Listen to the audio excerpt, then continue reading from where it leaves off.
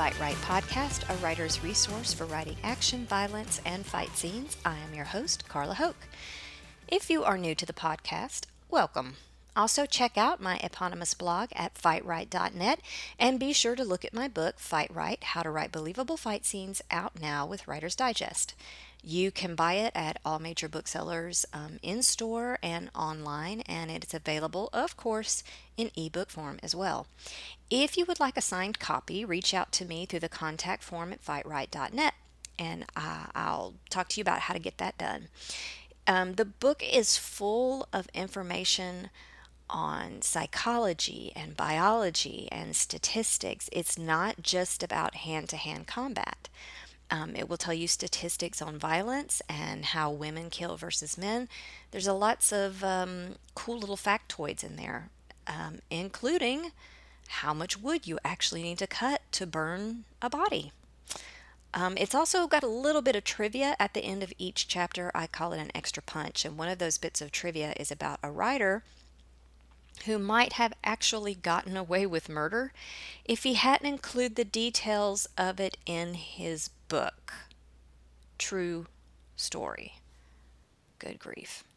Speaking of my book and Writer's Digest, I am fresh off the plane from teaching at the Writer's Digest conference in New York City, and I have to say, I had a wonderful time with wonderful writers. I feel very blessed. I taught 2 classes back to back, and there are few things in life that I enjoy as much as teaching, and I'm just thankful for the whole experience. It was great. I'm thankful for everybody who, at the conference, who bought my book. My book was the first one to sell out. Go figure. I went and checked the table and I thought, well, they took my book down because it's not selling. And I said, where have you moved my book? And they said, we didn't move your book. It is gone. That was wonderful news to hear. Plus, on top of being able to teach and being around great writers, I also got to go all over Midtown Manhattan. I'm telling you, I crawled Midtown like an ant on a cracker. I may sound like a country mouse, but I do quite well in the city. Okay, in our last podcast, we considered how to battle a velociraptor. Sort of. What we often picture as a velociraptor, thanks to Jurassic Park, is actually more in keeping with the dinosaur Deinonychus. Okay, so if it's actually Deinonychus, well, why was the name velociraptor used? Well, there's 2 possibilities. In the time that Michael Crichton wrote the book Jurassic Park, Deinonychus was mislabeled as a subspecies of velociraptor in the book Predatory Dinosaurs of the World by Gregory Paul.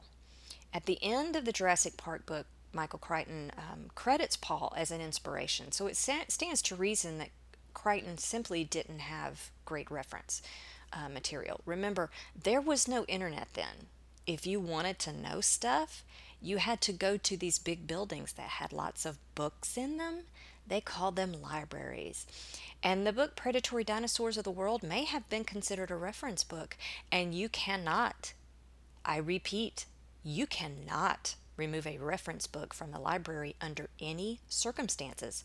Let me tell you what, librarians of the 80s had SWAT team training, and they would clear that checkout desk and have you by the ear before you made it to the front door if they even suspected you were taking a reference book from the library. So, it's possible that Michael Crichton just ran out of change and couldn't make all the copies of the pages he needed from Predatory Dinosaurs of the World. And yes, that is what we did. If it was a reference book and we needed that reference material, well, we had to bring change and we had to make copies. Or we took notes. And it's possible that Crichton ran out of index cards because that's what we took notes on for some reason in the 80s. There's another reason why Crichton used the name Velociraptor, possibly, and that is because he just thought it sounded cooler. It's said that Crichton apologetically told famed paleontologist John Ostrom that he used the name because it had a more dramatic effect. And I've got to say, as a writer, that I believe that. I believe that one. Regardless, today we're going to look at how to handle what is pictured as a velociraptor in the Jurassic Park movies, but is actually Deinonychus. In the last podcast, we talked about handling what is actually a velociraptor, which it's kind of like dealing with a sharp-toothed turkey. Well, Deinonychus is different. It's about 5 feet tall, about 10 feet long, 175-ish pounds. For you metric users, that's 1.52 meters, about 3 meters long, and about 79 kilograms. Deinonychus probably hunted in packs. It probably ran faster than a human. How fast? We just don't know. And according to John Ostrom, the shape of their skulls tell us that they had great vision, a great sense of smell, and they may have communicated vocally, and they were reasonably intelligent. Now, reasonably intelligent compared to what? Well, compared to other dinosaurs, probably. But that's just his opinion. His opinion is they had the intelligence of a smart bird. There are other paleontologists that say they weren't so smart, that they were about as smart as a possum. If you have never had dealings with a possum, I advise against it. They have major anger issues. I would not doubt that the term hissy fit originated with possums. So, if Deinonychus was anything like a Texas possum, bless any character who has to battle one. But you can bait it with peanut butter, that I know. So, what does a human do when faced with Deinonychus? Well, if they do indeed hunt in packs, we're going to call it, we're going to say three. Say three or four. By all means, do not let them surround your character. Normally, you do not want to move backward in a physical confrontation. You want to move in a circle, away from what you see as the power hand of the opponent, if it's a person. But if it is a group of people or if it's a group of animals, that is the one time you do want to move backward because you want to create a bottleneck. Now you're going to have to constantly glance over your shoulder to make sure you don't run into, another Deinonychus or run off the edge of a cliff. But you do move backwards in an effort to bottleneck them. Your character wants to put as many buffers between them and the Deinonychuses. That is the plural of Deinonychus. Why is that? Cactus? More than one? You got a cacti. But with Deinonychus, they put an ES on the end. And I just can't say that. So I'm going to call them a group of a cuss. I'm going to call them a cuss of dinosaurs. And I'm talking about more than one Deinonychus. Whatever. Okay, so your character will want to run through the woods or an area that has a lot of buffers like trees and rocks and all that. Yes, the cuss of dinosaurs is going to be faster, but the one leading the chase does have an advantage because they determine the route. If your character is running through a city, it makes sense that they would be able to duck around several corners and the dinosaurs would be none the wiser. Now, they do have exceptional sight, exceptional vision. So if you have a character running down a city street and he takes a quick left, well, the cuss of dinosaurs is going to see that happen. But if your character takes a quick right, quick left, and goes in and out different places, well, the dinosaurs may not be wise to that. They may just keep going in a straight line until they lose the scent trail. If your character can climb high, climb high. Now, the structure of Deinonychus does lend itself to jumping. How far or how high, we really don't know. But I would think if you if you climbed at least twice its height, you'd probably be good. They don't really have reachy kind of arms, so they would be jumping and snapping with their mouth. They're not going to be jumping and clawing and reaching. So you want to keep you know what? It seems like the muzzle of them is fairly narrow, which is more problematic in some ways because if you're up in a tree and you have something jumping at you that has a very wide muzzle, well, it might bump into branches or something. But if it's narrow, it might go straight through. So your character is going to want to climb high enough to stay out of the reach of that narrow muzzle. It does not look like it would be great at climbing, this dinosaur. Again, those little front legs and those little front claws, they don't look like climbing legs and climbing claws. If possible, you can also have your character climb into a space that is too small for the dinosaur. That is something I have brought up to several writers. I know one writer asked me about, well, how's my person going to get away from a werewolf? And I said, well, can they climb in the air shaft? And they said, yeah. And but they said, but they need to get away. I said, can the werewolf climb in the air shaft? If you climb into a space that is too small for the creature to follow, well, advantage you. So crawl into a space that may be too small for Deinonychus, or crawl underneath something like a huge truck or something that the Deinonychus cannot push out of the way.